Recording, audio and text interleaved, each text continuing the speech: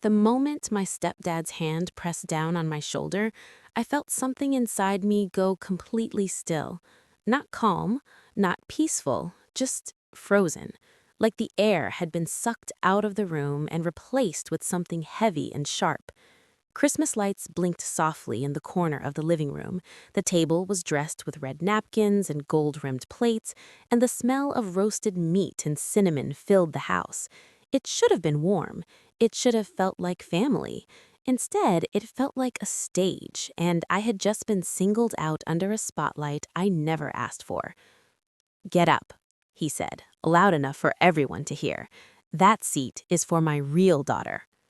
Behind him, my stepsister stood with her arms crossed, lips curved into a small, smug smile. She didn't look surprised. She looked satisfied, like this was the ending of a story she already knew by heart. The room went silent. Forks hovered mid-air. Someone's glass clinked softly as a hand trembled. My mom didn't look at me. She stared down at her plate, eyes unfocused, as if pretending hard enough could make the moment disappear. I didn't say anything. I didn't argue. I didn't cry. I stood up. And that was the moment everything in my life changed, even though none of them realized it yet.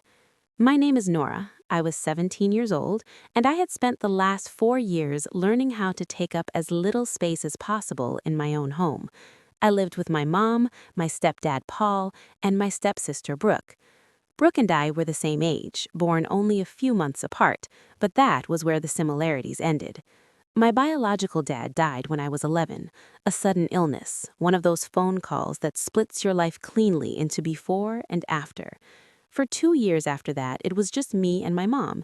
We struggled, but there was love, real love, the kind that feels quiet and safe. Then Paul came along. He had a steady job, a confident voice, and a daughter he adored. Everyone said he was good for us, a fresh start, a complete family again. I wanted to believe that, I really did. But blended families don't always blend. Sometimes they layer, and sometimes you end up pressed underneath. From the beginning, it was clear who mattered most. Brooke's opinions filled the room. Her achievements were celebrated loudly. Her moods were accommodated.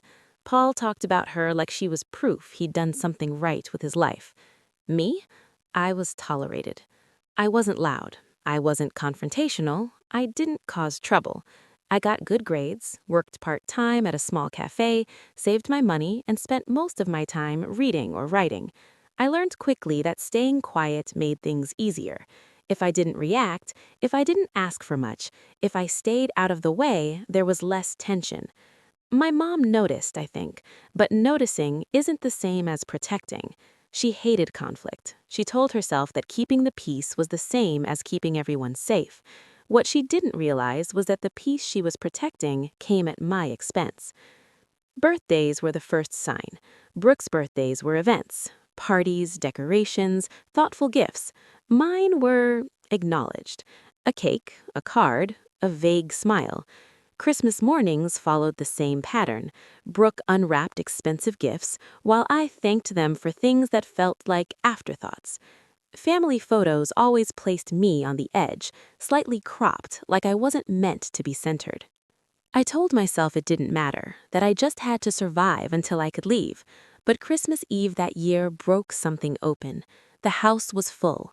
Paul's parents, a few relatives, family friends. Laughter echoed through rooms I'd helped clean earlier that day. I spent the afternoon setting the table, ironing napkins, lighting candles.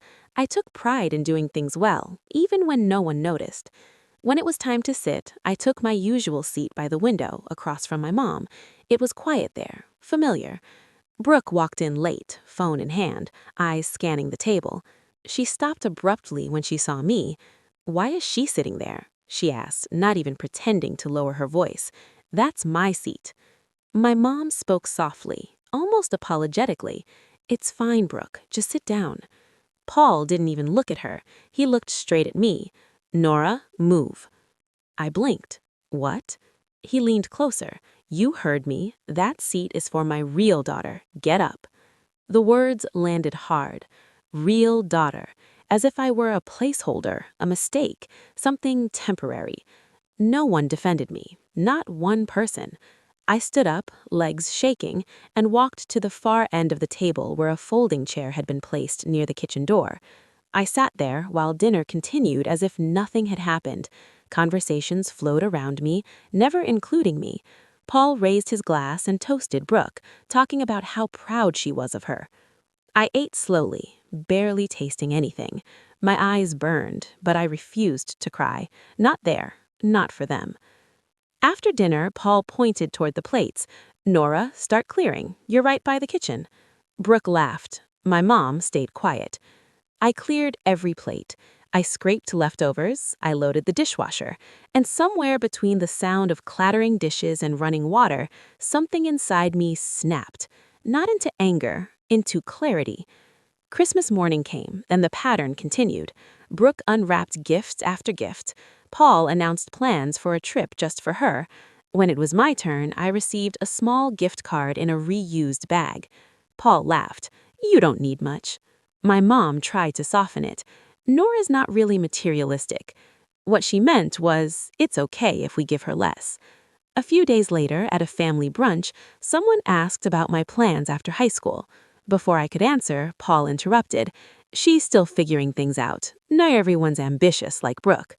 Polite laughter followed. What they didn't know was that I had already been accepted into an early college program, full scholarship, out of state, starting soon. I had worked for years for that opportunity.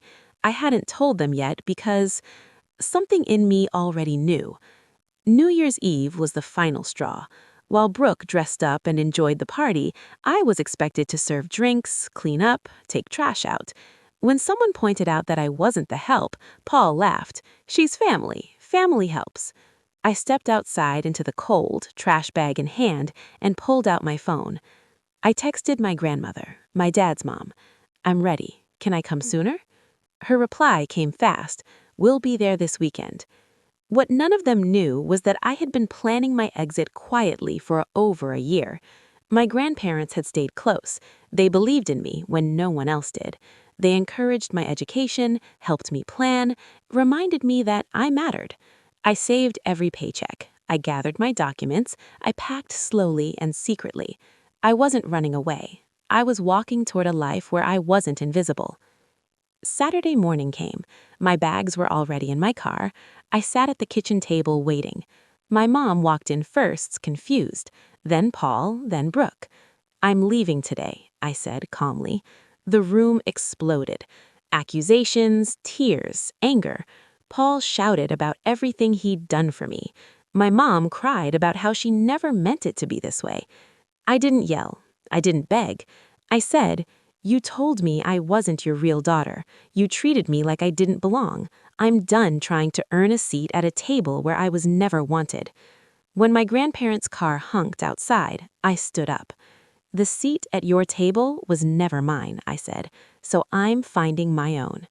I walked out without looking back. Now, months later, I live somewhere quiet and safe.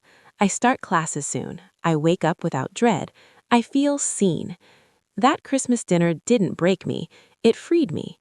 Sometimes the moment you're pushed away is the moment you finally step into who you were meant to be.